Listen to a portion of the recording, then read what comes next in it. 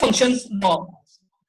So the definitions and other material things are discussed or guided by the Honorable Datrangi sir. As on today on the point of the admissions, I would like to give some idea of admission. मी काही एवढा मोठा वक्ता नाही आहे किंवा मला एवढं काही मोठं स्पीच येतं अशातला भाग नाही आहे, पण ज्या अर्थी मला माहित आहे किंवा ज्या अर्थी मी ऍडमिशनची व्याख्या समजलो त्या अर्थी मी तुमच्याशी शेअर करण्याचा नक्कीच प्रयत्न करणार आहे. भारतीय पुरावा कायद्याच्या कलम 5 आणि 55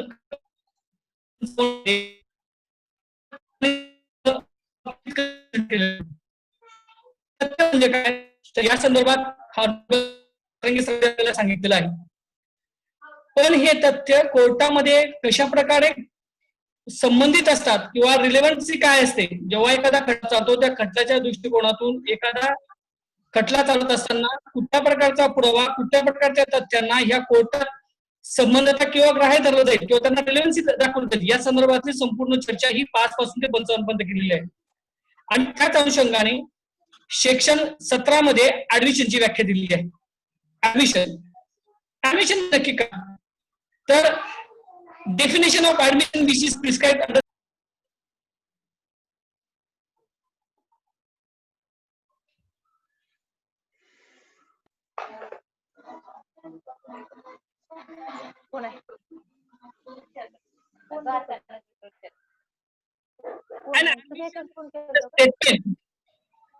an admission is a statement in bracket oral or documentary containing in electronic form which suggests any inference to any fact in issue or a relevant fact which is made by any of the person under the circumstances herein after mentioned.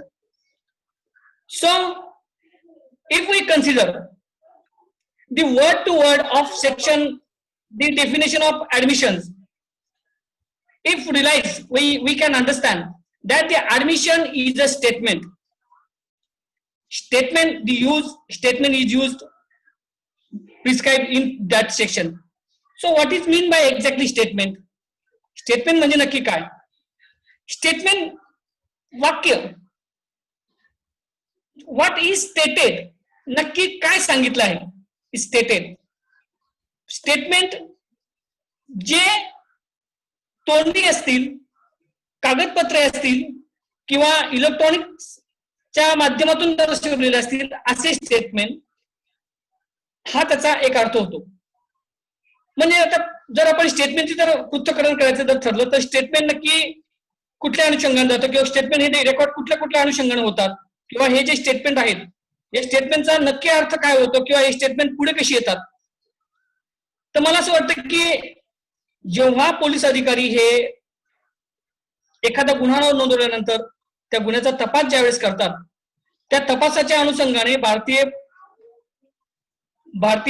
फौजदारी प्रक्रिया संहिता कलम 161 प्रमाणे जे ते statement घेतात तर ते स्टेटमेंट म्हणजे 161 प्रमाणे तर एखाद्या पोलीस अधिकाऱ्याने एखादा इसम की ज्या इसमाला who acquainted with the fact and circumstances of the case आणि या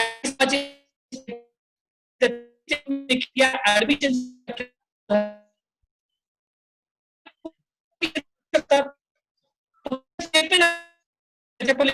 कोण रेकॉर्ड करू शकतो.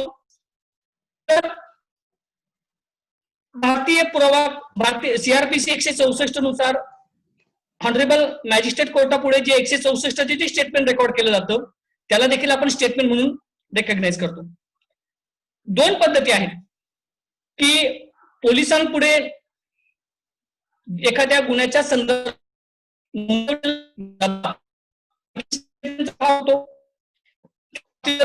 म्हणायला गेले तर 161 आहे, 142 आहे, 162 आहे आणि त्याच्या पुढे जर आपण त्या न्यायालयामध्ये कॉन्ट्रडिक्शन आणि मोहिशीच्या मुद्द्यावरती किंवा जेव्हा आपण एखाद्या साक्षीदार एक्झामिन करतो त्यावेळेस 125 आहे. असे बरेच मुद्दे आहेत की जे पुढे एव्हिडन्स ऍक्ट मध्ये येतात. परंतु आपण आजच्या याला फक्त स्टेटमेंट या मुद्द्यावरती आपण आहोत की स्टेटमेंट म्हणजे नक्की काय. तर स्टेटमेंट हे भारतीय फौजदारी प्रक्रिया संहिता कलम 161 प्रमाणे नोंदवलेले असतात पोलीस अधिकाऱ्याने ते स्टेटमेंट, आणि मॅजिस्ट्रेट कोर्टापुढे मॅजिस्ट्रेट एक आरोपी किंवा साक्षीदाराचा जबाब नोंदवतो ते स्टेटमेंट हे आपण 161 ऍडमिशनच्या व्याख्येमध्ये आपण थोडक्यात गृहीत धरू शकतो. आता या स्टेटमेंटचा उपयोग काय? आता थोडं स्टेटमेंटच्या बाबतीत जर डिस्कस करायचं झालं तर या स्टेटमेंटचा उपयोग नक्की काय? या स्टेटमेंटचा बऱ्याच वेळेला भारतीय फौजदारी प्रक्रिया संहितेमध्ये 173च्या अनुषंगाने जेव्हा चार्जशीट दाखल होतं, चार्जशीटच्या अनुषंगाने मग ह्या स्टेटमेंट जे घेतलेले पोलिसांना एखाद्या साक्षीदाराचे, मग याचा रेफरन्स नक्की कुठे येतो किंवा हे काय उपयोगाचे येतात आणि कोणाची उपयोगाचे येतात हे देखील कन्सिडर करणं गरजेचं आहे. सर्वात महत्वाची गोष्ट की ज्या वेळेस माननीय न्यायालयापुढे जेव्हा आरोपपत्र दाखल होतं त्या आरोपपत्राच्या अनुषंगाने न्यायालयाला सफिशियंट ग्राउंड जर असतील चार्ज फ्रेम करण्यासाठी तर ते पहिल्यांदा त्याने स्टेटमेंट वाचणं गरजेचं असतं. FIR असेल, त्यानंतर घटनास्थळाचा पंचनामा असेल, इतर पंचनामे असतील, त्यानंतर साक्षीदारांचे जाबजबाब असतील, महत्वाच्या साक्षीदारांचे आय विटनेसचे जाबजबाब असतील किंवा हेडचे काय असतील तर त्यांचे देखील जाबजबाब असतील, आणि मग या सर्व स्टेटमेंटच्या आधारावरती न्यायालयाचं हे मत होतं की या आरोपिताविरुद्ध गुन्ह्याचा आरोप निश्चित करण्यासाठी आपल्याकडे भरपूर पुरावा आहे, आणि मग त्या आरोपी विरुद्ध ते स्टेटमेंटच्या अनुसार किंवा स्टेटमेंटच्या अनुषंगाने ते चार्ज फ्रेम करतात, आरोप निश्चित करतात. 211, 216 वगैरे वगैरे ज्या प्रोसिजर आहेत भारतीय फौजदारी कायद्यामध्ये ते आहेत. आपण अनुषंगाने फक्त स्टेटमेंटचं पृथक्करण करतोय, नक्की स्टेटमेंट म्हणजे नक्की काय. मग त्याच्या पुढे जाऊन या स्टेटमेंटचा कोणाला उपयोग होतो किंवा कोण त्याचा उपयोग करून घेऊ शकतो, तर खऱ्या अर्थाने जर बघितलं जेव्हा एखादा विटनेस हा मेहरबान न्यायालयासमोर साक्षीदारांच्या पक्षाने सरकार पक्षाच्या बाजूने उभारलेला आहे आणि त्याची साक्ष देत असताना तो जर त्याच्या पूर्वीच्या स्टेटमेंट पासून किंवा जबाबापासून तो फिरला तर त्याने दिलेली साक्ष ही ग्राह्य धरला जाणार नाही. काही प्रमाणात जर त्याने काही चीप मध्ये काही प्रमाणात जर सत्य जर सांगितलेलं असेल तर ते सत्य किंवा जे काही ऍडमिशन असतील किंवा ज्या काही महत्वाच्या बाबी जर असतील तर ह्या देखील ग्राह्य धरले जातात. म्हणजे काही हॉनरेबल सुप्रीम कोर्टचे, हॉनरेबल हायकोर्टाचे असे काही न्यायनिवाडे आहेत की त्याच्यामध्ये असं देखील म्हटलं आहे की तुम्ही होस्टाईल विटनेसचे संपूर्णतः जबाब फेकून देऊ शकत नाही, जेवढं काही उपयोगाचं आहे ते देखील तुम्ही उपयोगात आणू शकतात. म्हणजे जेव्हा एखादा साक्षीदार हा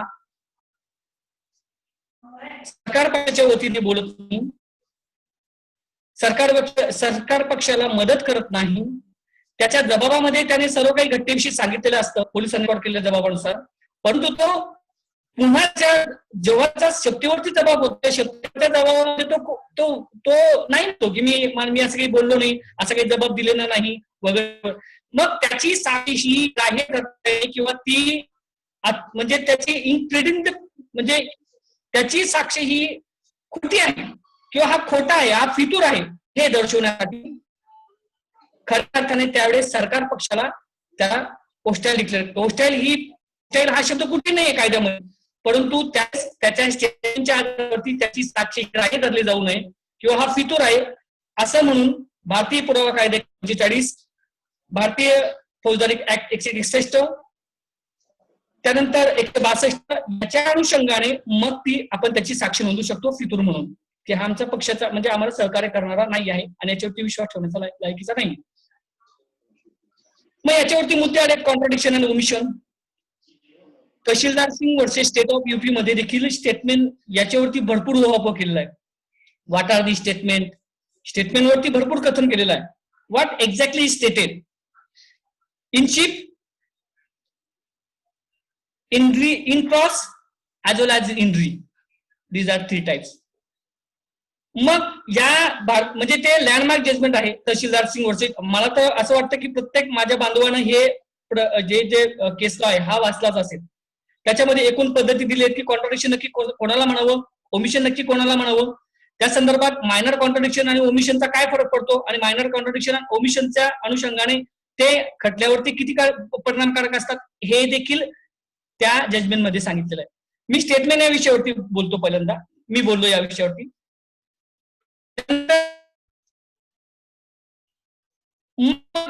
उपयोग काय होऊ शकतो? स्टेटमेंटचा सरकार पक्षालाच मदत होईल का? तर नाही.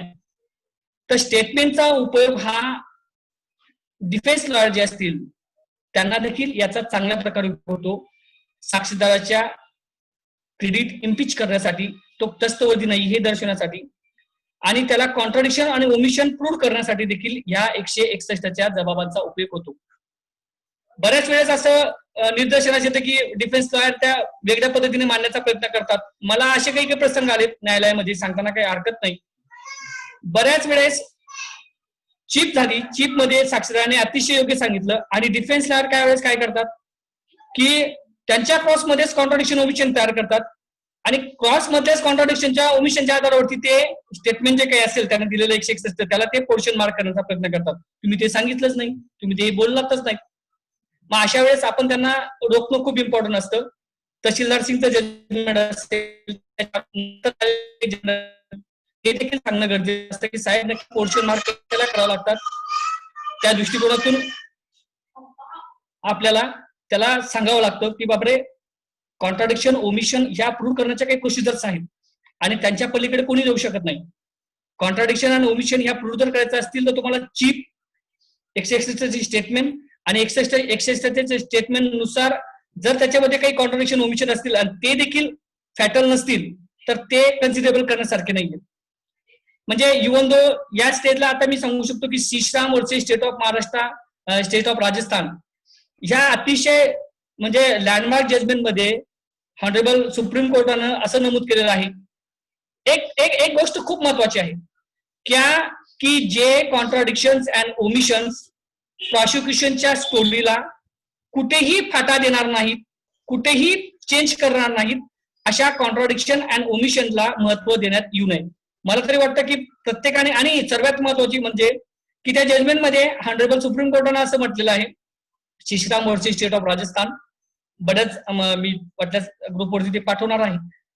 तर मेहरबान न्यायालयाची ड्युटी काय, तर दूध का दूध और पाणी का पाणी, सत्य असेल ते सत्य आणि खोटं असेल ते खोटं, हे न्यायनिवाडा करण्याचं काम राजहंसाप्रमाणे मेहरबान न्यायालयाचं असतं. आणि त्यावेळेस आपण हेच न्यायालयाला पटवून द्यायचं असतं की सर हे कॉन्ट्राडिक्शन नक्की काय आहेत, ओमिशन नक्की काय आहेत, आणि ह्या कॉन्ट्राडिक्शन आणि ओमिशनच्या माध्यमातून आमच्या खटल्यावरती कुठलाही परिणाम होणार नाही, कारण की मूळ स्टोरी ही चेंज झालेली नाही.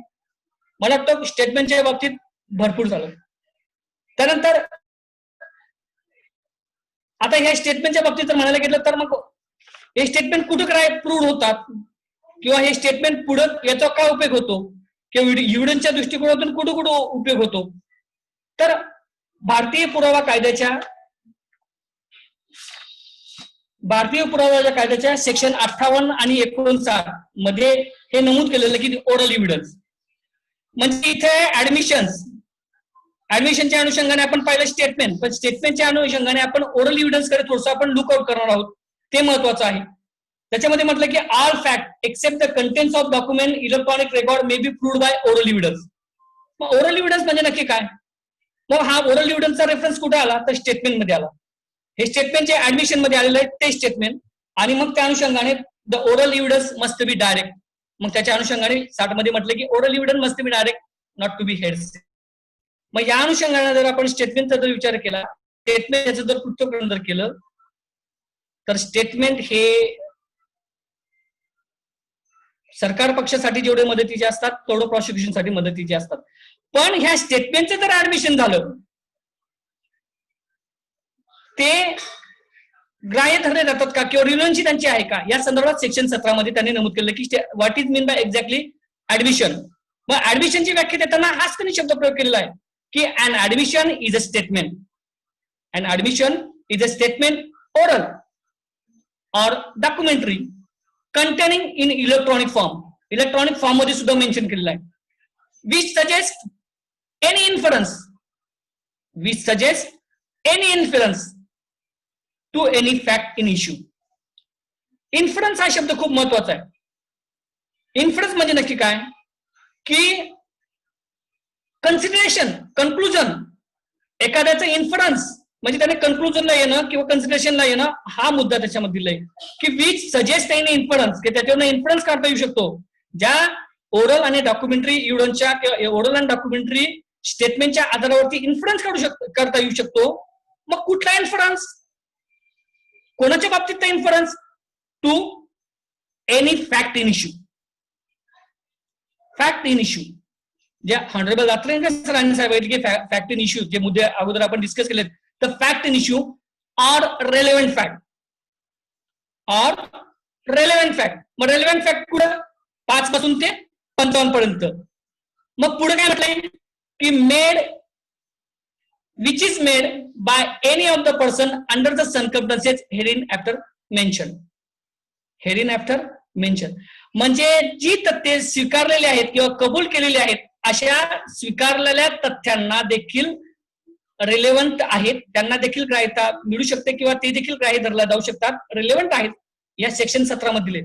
मग हे झाली व्याख्या. व्याख्येच्या संदर्भात आपण बोललो, ही झाली व्याख्या. मग आता पुढं काय? क्रिमिनल मध्ये त्याचा उपयोग काय?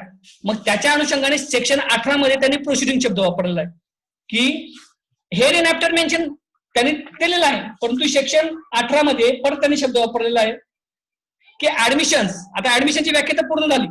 ऍडमिशनच्या व्याख्येमध्ये आपण बऱ्यापैकी समजलो की फॅक्ट इन इश्यूच्या संदर्भातली केलेली ऍडमिशन, ओरल, डॉक्युमेंटरी आणि इलेक्ट्रॉनिक डाटा जो काय असेल की फॉर्म्स की we suggest the influence of any fact in issue or relevant fact, ही झाली ऍडमिशनची व्याख्या. पण आता ऍडमिशनची व्याख्या झाल्यानंतर क्रिमिनल प्रोसिडिंगच्या बाबतीत काय, तर सेक्शन 18 मध्ये त्यांनी शब्द वापरला की admission by party to a proceeding or his agent. म्हणजे प्रोसिडिंग म्हणजे क्रिमिनल प्रोसिडिंग मध्ये जी ऍडमिशन आलेली असतात ते ऍडमिशन देखील रेलेव्हंट असतात, हे या सेक्शन 17 मध्ये नमूद केलेलं आहे. दुसरी मेन महत्वाची गोष्ट की क्रॉस आणि एक्झामिनेशन, क्रॉस घेताना डिफेन्सला बऱ्याच वेळेस सजेशन विचारतात. ओरल आहेत ते, डॉक्युमेंटरी तो फॉर्म नाही आहे. बऱ्याच वेळेस घटनेच्या बाबतीत, कपड्यांच्या बाबतीत, वेपनच्या बाबतीत, घटनास्थळाच्या बाबतीत सजेशन विचारतात. मग ह्या सजेशनचा ह्या ऍडमिशन मध्ये रिलेव्हन्सी आहे का, हा देखील विचार करणं गरजेचं आहे. म्हणजे खटला चालवताना सरकार पक्षाने त्याची थेरी मांडली, त्याची केस मांडली आणि त्यानंतर जेव्हा समोरचा ऍडव्होकेट किंवा समोरचे काउन्सिल उभे राहिले, त्यांनी क्रॉस घ्यायला सुरुवात केली. कुठेतरी क्रॉस मध्ये त्यांनी सजेशन विचारले. या सजेशनचा आणि सजेशनच्या माध्यमातून आलेल्या ऍडमिशनचा आपल्याला काही उपयोग होऊ शकतो का, या देखील दृष्टिकोनानं पाहणं गरजेचं आहे. की एका केसमध्ये म्हणजे Rakesh Kumar alias Babli versus state of Haryana, मी पुन्हा सांगतोय, मी ते जजमेंट मी पूर्ण ग्रुपवरती पाठवणार आहे, पण त्याच्या थोडच्या अनुषंगाने बोलू इच्छितो की Rakesh Kumar alias Babli versus state of Haryana या जजमेंट मध्ये, या ऑनरेबल सुप्रीम कोर्टच्या जजमेंट मध्ये 1987 AR 690 प्रत्येकाला माहित असेल ते, पण हे जजमेंट हे सायटेशन आपण बऱ्याच वेळेस आपल्या उपयोगात आणू शकतो. या खटल्यामध्ये काय झालं होतं किंवा समोरच्या वकिलाने त्या साक्षीदाराला प्रश्न विचारला की आरोपीनं त्या दिवशी क्रीम कलरचा शर्ट घातला होता, व्हाईट कलरचा शर्ट घातलेला नव्हता. तो क्रीम आहे का व्हाईट आहे हा मुद्दा कन्सिडर करण्यापेक्षा ऑनरेबल सुप्रीम कोर्टानं हा मुद्दा कन्सिडर केला की त्याच्या अंगावरती कपडे असतील किंवा नसतील किंवा असतील, व्हाईट असेल किंवा क्रीम असेल, परंतु तो होताना त्या ठिकाणी the presence of accused is proved. The suggestions, by which suggestion it is proved that the presence of accused is on the spot. म्हणजे बऱ्याच वेळेस आरोपितांनी दिलेल्या सजेशनचा देखील आपण उपयोग करू शकतो. हे सजेशन देखील ऍडमिशन्स असतात आणि यांची रिलेव्हन्सी देखील सेक्शन 17च्या अनुषंगाने येते. म्हणजे ह्या जजमेंट मध्ये बऱ्याच वेळेस डिफेन्स लॉयर त्यांची साक्षी घेताना किंवा त्यांचा क्रॉस घेताना आपल्याला बऱ्याचशा गोष्टी सोडून जातात. 313 असेल, 313 वरती हॉनरेबल बिपिन सिंगाडा सर बोलणारच आहेत, गुरुवर्य. पण जे सजेशन विचारले जातात नक्की आपल्याला त्यांच्या ठीक आहे असं म्हणतात किंवा prosecution has stand in his on leg, मान्य आहे ना, की प्रॉसिक्युशनने आपल्या स्वतःच्या पायावरती उभं राहायला पाहिजे. परंतु कायदा देखील असं देखील ऑनरेबल सुप्रीम कोर्टाचं, ऑनरेबल हायकोर्टाचे असे बरेचसे जजमेंट आहेत ज्याच्यामध्ये त्यांनी हे नमूद केलेलं आहे की काही काही इन्फ्लुएन्स, काही काही सजेशन्स, काही काही ऍडमिशन्स हे इन्स्ट्रक्टरी म्हणजे अंगावरती घेणारे नसतील किंवा त्याचा गुन्हा म्हणजे ते नसतील, तर ती सजेशन्स, ते इन्फ्लुएन्सेस, क्रॉस मधली ऍडमिशन्स ही आपण आर्ग्युमेंटच्या वेळेला किंवा आपली बाजू मांडताना आपण त्याचा नक्कीच उपयोग करू शकतो. खूप छान जजमेंट आहे. मी 2-3 दिवसापूर्वी ऐकलं आणि वाचलं आणि मी शेअर देखील केलं जातो की साहेबांशी बोलू या विषयावरती. पुढे आपण जाऊ की त्यानंतर दुसरा जो मुद्दा आहे की सजेशनच्या बाबतीत अजून एक लँडमार्क जजमेंट आहे, तरुण बोरा वर्सेस स्टेट ऑफ आसाम. ह्या देखील जजमेंटच्या अनुषंगाने सजेशन्स काय असतात, सजेशनचा नक्की प्रॉसिक्युशनला कसा उपयोग होऊ शकतो हे त्या ठिकाणी नमूद केलेलं आहे. तरुण बोरा वर्सेस स्टेट ऑफ आसाम. आपण जर याला गुगलला जर सर्चिंग केलं किंवा इंडिया कानूनला जर सर्चिंग केलं तर त्यावरती हे आपल्याला मिळू शकते जजमेंट. फक्त Rakesh Kumar versus state of Haryana जे जजमेंट आहे 1987 AR 690, त्याच्यामध्ये मी स्वतः ग्रुपवरती पोस्ट करणार आहे आणि ते देखील जजमेंट चांगलं आहे. आता मग हे झालं. आता समजून घ्या की क्रॉस घेताना एखाद्या डिफेन्स लॉयरने काहीच प्रश्न विचारले नाहीत, सजेशन्स पण काही दिले नाही, आणि जी घेतलेली क्रॉस आहे, जी घेतलेली आपण चिप आहे त्या अनुषंगाने काहीच प्रश्न विचारले नाहीत किंवा त्यांनी रेप्युटेबल करले नाही किंवा बाकीच्या प्रश्नांना त्यांनी फक्त कुठेतरी फक्त हे म्हणणे खोटे आहे की, हे म्हणणे खरे नाही की, असे जर फक्त प्रश्न विचारले, ती क्रेडिट जी आहे किंवा जे आपल्या चिपची जे काही व्हर्जन आहे किंवा जे आपल्या चिपमध्ये आपण जे घेतलेलं जे काही पुरावा आलेला आहे तो पुरावा हा ग्राह्य धरला जाईल का? तर त्याच्या अनुषंगाने Sarwan Singh versus state of Punjab, Sarwan Singh versus state of Punjab या जजमेंट मध्ये त्यांनी असं नमूद केलेलं आहे की it is a rule, Sarwan Singh versus state of Punjab AR 2002 supreme court 3652.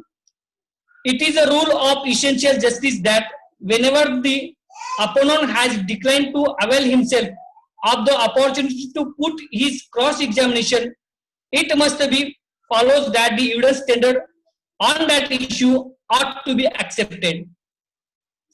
Ought to be accepted. हा रूल आहे.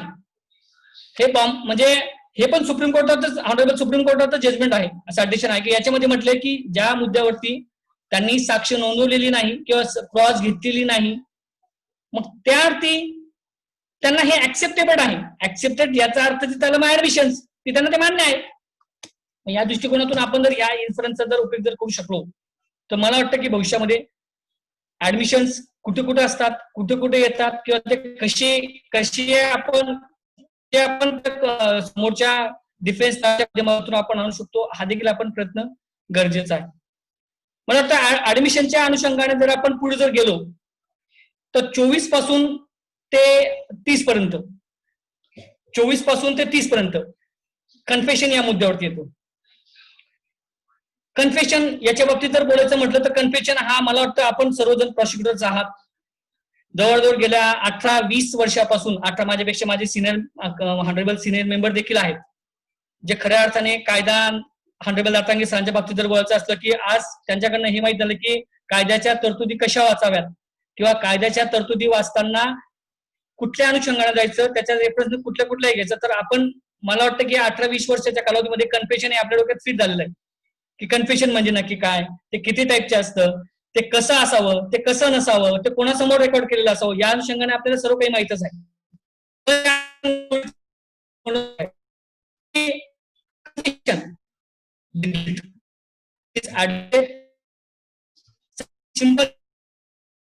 जास्त खोलात शिरायची गरज नाही. कन्फेशन म्हणजे नक्की काय? It is the species of admission. All the confessions are admissions, but all admissions are confessions. कन्फेशनच्या व्याख्या या एव्हिडन्सच्या बटुकलाच्या पुस्तक, ऑनरेबल बटुकलाच्या पुस्तक मध्ये किंवा आपण कॉमेंट्री मध्ये देखील जर वाचल्या, बटुकला त्या कन्फेशनच्या व्याख्या करू शकतात. मुख्यत्वे करून कन्फेशन किती प्रकारचे असतं? तर मुख्यत्वे करून 2 प्रकारचं असतं, पण त्याला 3 प्रकार आहेत. पहिला ज्युडिशियल, दुसरा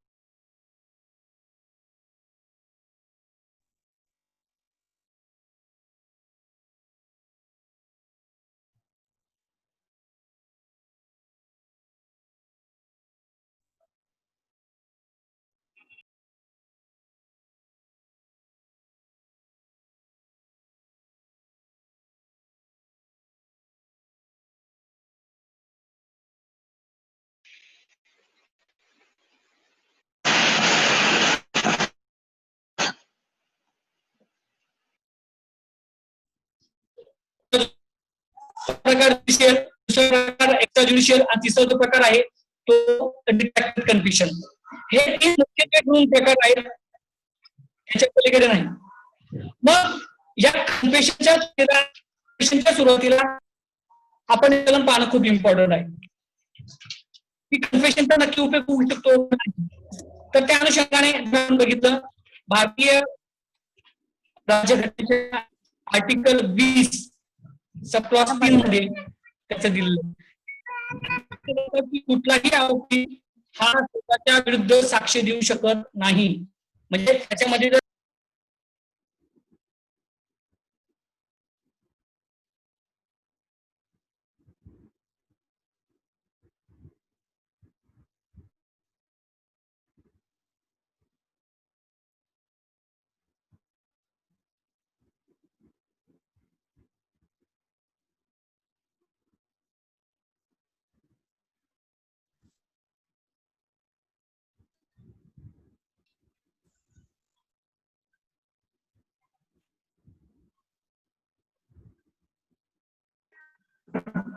hello, no person shall be convicted in office except for the violation of law in force at the time of commission of the act charge upon a person, nor be subjected to penalty greater than that might have been inflicted under the law into force at the time of commission of offense.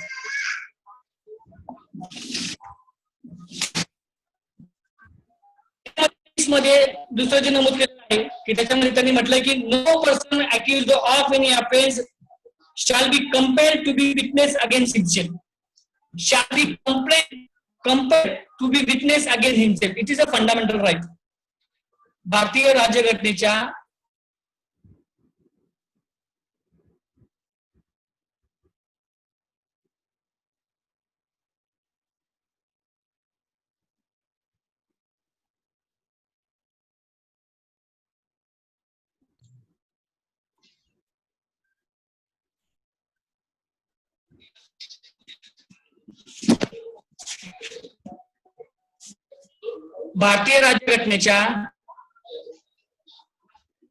भारतीय राज्यघटनेच्या कलम 20 sub clause 3 मध्ये कुठलाही व्यक्ती हा स्वतःच्या विरुद्ध साक्ष देऊ शकत नाही आणि त्याला कंपेल देखील करता येत नाही असं म्हटलंय.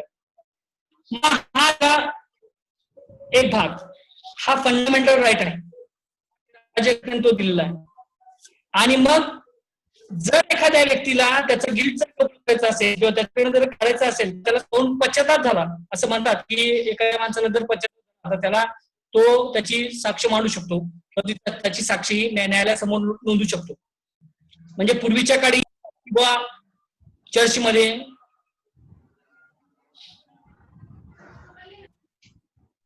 सर्व दिसतोय, सर्व मी दिसतोय सर्वांना, काही हरकत नाही. ज्यांना दिसत असेल त्यांना मी माझे इथून माझं सर्व काही मी ओपन आहे त्यामुळे मी सर्वांना दिसतोय. तर म्हणजे कायद्याच्या बाबतीत जर म्हणायला गेलं तर भारतीय जेव्हा पूर्वीच्या न्यायालयामध्ये आरोपी एखादा गुन्हा करून आल्यानंतर तो फादर समोर जायचा आणि कन्फेस करायचा.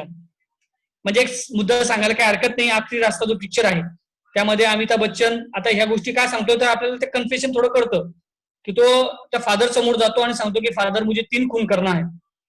तर ही पूर्वीपासून चालत आलेली रीत आहे किंवा पूर्वीपासून कन्फेशन या शब्दाला महत्व देण्यात आलेलं आहे. मग त्या अनुषंगाने सेक्शन भारतीय पुरावा कायद्यामध्ये section 24, 25, 26, 27, 28, 29, 30 these are the sections which referred it किंवा which stated in respect of the confession. आता 24 मध्ये जे दिलेलं आहे त्या 24 ची जर व्याख्या जर बघितली तर 24